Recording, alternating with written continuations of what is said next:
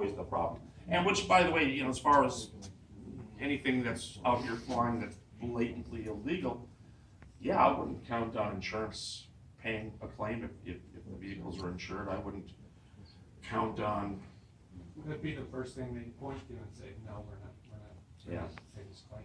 and if the FAA does show up and I get it, they don't, they wink and they say, just stay out of my face. Someday somebody will go into a schoolyard, or somebody will run into the wrong person who will make an issue out of it. So just be careful with that. And I'm sorry, who had a question? I was just gonna say, I'm 83 years old now. I've owned 4 air coops in my lifetime since about 1972, when I got my ticket at Van Nuys Airport. And the minute I became 70 years old, my insurance went from $815 a year with 25,000 hull damage to $1,800 a year overnight when I had that birthday. Yep.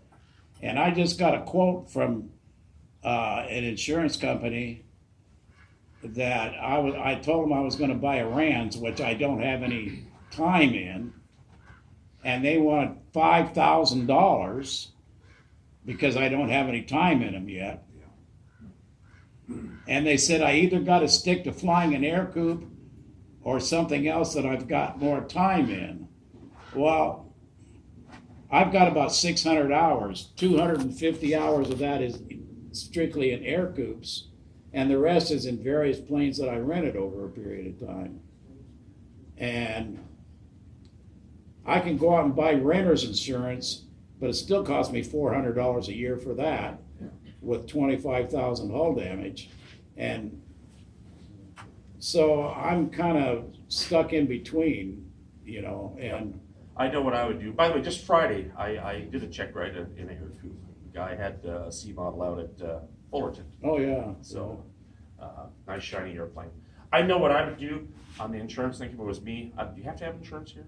Is that one of the rules? I don't know. Okay.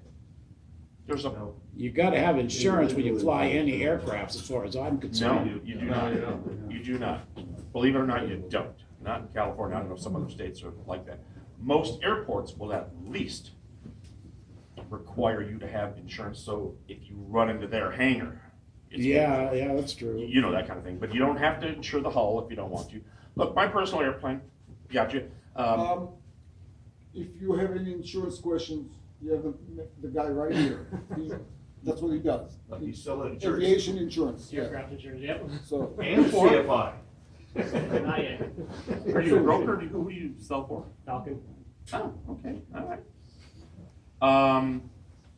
Where the heck was I? I know for myself, I do have full coverage of my plane, but it's a $100,000 airplane. I just can't afford to lose that. Yeah, that's true. You know, I mean, so I have to. And I pay about $1,400 a year. So, you're right. It's all based on experience, ratings, age, all that stuff they look at. I can tell you if I had a $20,000 airplane, little experimental, I might not. I probably wouldn't insure the hull for sure.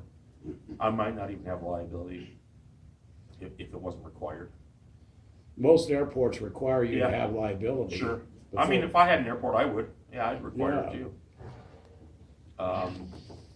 Yeah, what are you gonna do? It just makes it tough. So is there any proposals in the future that you know of that might allow training in amateur build? Or is the FAA hoping that the whole ultralight thing will just go away? I think they've always hoped it went away. You say amateur built, it's just one of the experimentals. It's one of the 8 different types, or however many types of experimentals there are.